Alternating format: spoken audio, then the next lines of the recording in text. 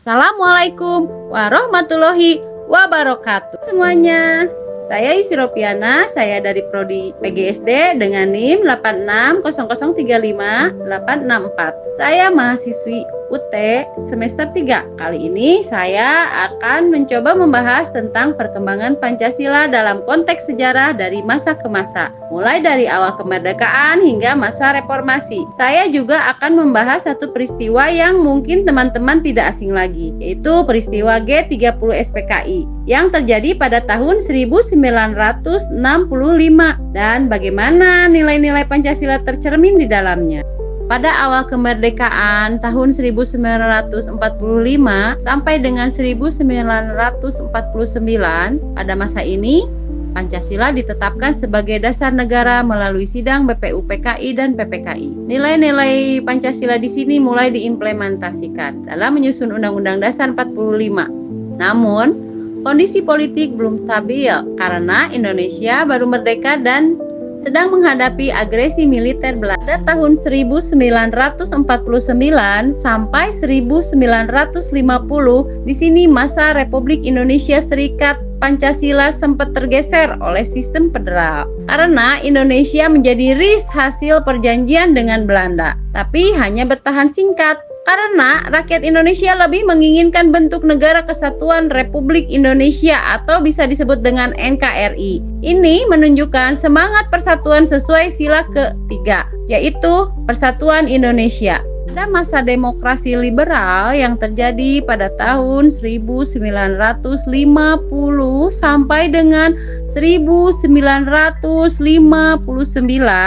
pemerintah parlementer membuat situasi politik tidak stabil, banyak pergantian kabinet dan munculnya konflik ideologi. Akhirnya, Presiden Soekarno mengeluarkan Dekret Presiden pada tanggal 5 Juli tahun 1959 yang memberlakukan kembali Undang-Undang Dasar 1945 dan menegaskan Pancasila sebagai dasar negara. Sampailah pada masa ini yang Pancasila digunakan untuk memperkuat kekuasaan presiden.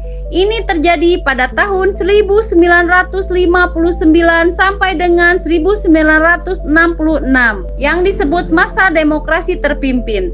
Namun, muncul ancaman serius dari Partai Komunis Indonesia yang disebut PKI yang berusaha menggantikan dasar negara menjadi ideologi komunis. Puncaknya ketika terjadi pada peristiwa G30 SPKI pada tahun 1965.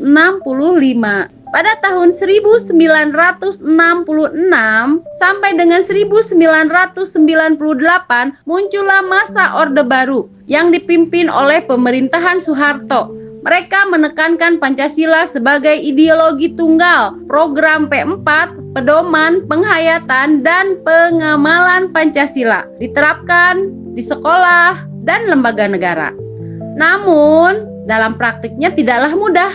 Banyak penyimpangan-penyimpangan seperti korupsi serta pembatasan kebebasan berpendapat. Pada masa reformasi yang terjadi pada tahun 1998 hingga saat ini, setelah jatuhnya Orde Baru, Pancasila kembali dimaknai secara terbuka. Nilai-nilai demokrasi, hak asasi manusia, dan keadilan sosial dihidupkan kembali. Sekarang, Pancasila menjadi dasar moral dan etika dalam kehidupan bangsa di era modern saat ini.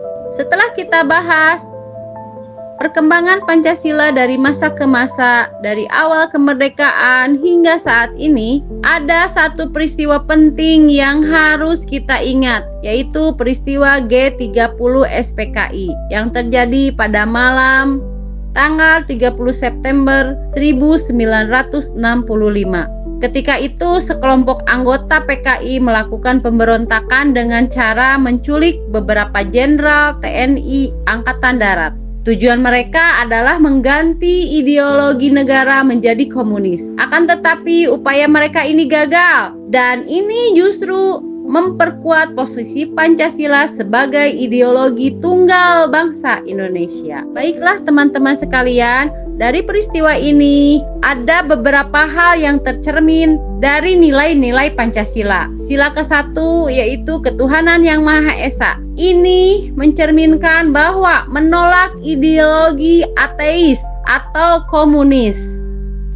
Sila ketiga, Persatuan Indonesia, yaitu rakyat bersatu melawan ancaman yang ingin memecah belahkan bangsa. Dan yang terakhir adalah sila kelima, keadilan sosial, yang memperjuangkan keadilan tanpa kekerasan dan menjaga keutuhan NKRI. Nah teman-teman sekalian, itulah perkembangan Pancasila dari masa ke masa, peristiwa G30 SPKI, nilai-nilai yang tercermin, serta refleksi yang bisa kita ambil.